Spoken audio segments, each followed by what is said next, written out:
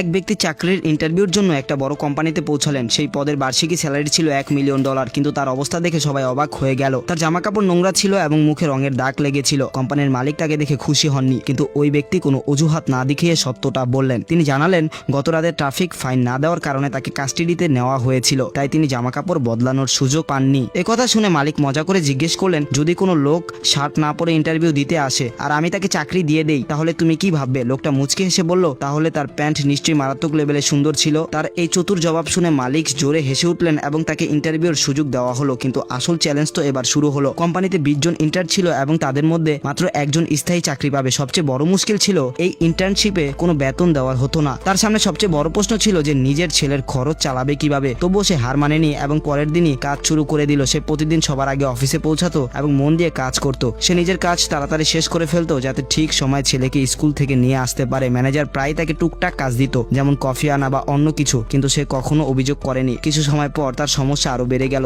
ভাড়া দিতে না পারার কারণে তাকে আর তার ছেলেকে বাড়ির থেকে বের করে দেওয়া হলো। তাদের থাকার কোনো জায়গা রইল না। সেই রাতে তারা একটি পাবলিক টয়লেটে আশ্রয় নিল। বাবা মেঝেতে কাগজ বিছিয়ে দিল যাতে তার ছেলে শান্তিতে ঘুমাতে পারে। রাতে যখন কেউ দরজা খটখট করতে লাগলো, সে চুপচাপ বসে ছেলের কান দুটো চেপে ধরতো। যে মানুষটা এতক্ষণ সব চ্যালেঞ্জের মুখোমুখি বীরের মতো দাঁড়িয়েছিল, সে সেই রাতের ভেতরেই পুরোপুরি ভেঙে পড়েছিল। তবুও সে হার মানেনি। দিনে সে পুরো শক্তি দিয়ে কাজ করতো আর রাতে ছেলের সাথে গৃহহীনদের সেন্টারের লাইনে